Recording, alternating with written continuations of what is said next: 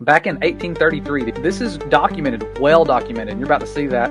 They weren't talking about deep space and rocks and us flying through an infinite, ever-expanding universe.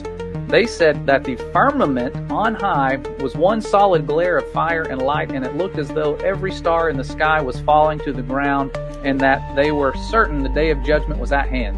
Terrifying. You could imagine thinking about the Messiah's words, the stars, after the tribulation of those days, the stars are going to fall and all these things are going to happen. The tribulation, there was actually persecution going on. The Inquisitions were still going on. They didn't stop until the next year, until 1834. And so there was a lot of stuff going on. If you were keeping the Sabbath, you were a Judaizer. If you didn't adhere to the creeds, it was pretty dark. It was dark times. And then you started having this awakening. I'm assuming people saw this and thought, we need to be ready in case the stars falling again is for real, because when it was happening, it said many wicked men were on their knees that night praying to the Lord and calling on others to pray for them. And they were terrified. And so I thought, man, this sounds pretty like a big deal. This document that I just read was from somebody in Tennessee, a few hours north of me. And I thought, how far could you see this? Surely it wasn't just localized to Tennessee, And sure enough, everywhere they said you could see it everywhere east of the Rockies. And so Earth curvature didn't block the view, but the Rocky Mountains blocked the view.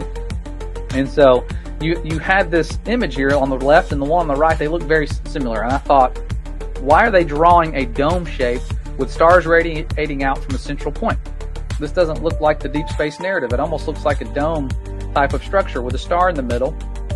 And I didn't just see it in one or two places. I started seeing this in every depiction that I could find.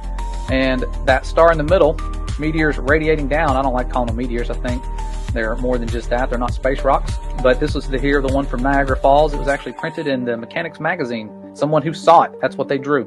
And here's an astronomer. And this guy said, based on all the eyewitness testimonies he could find, he believed that these lights falling down were radiating from the constellation Leo. Now, there's no proof of that.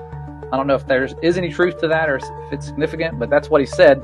And he said it was a specific star that these things were coming from. And to me, that doesn't match a globe flying through a bunch of rocks.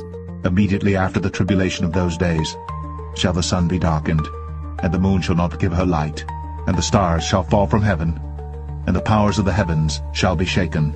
And then shall appear the sign of the Son of Man in heaven. And then shall all the tribes of the earth mourn, and they shall see the Son of Man coming in the clouds of heaven with power and great glory. And he shall send his angels with a great sound of a trumpet, and they shall gather together his elect from the four winds, from one end of heaven to the other.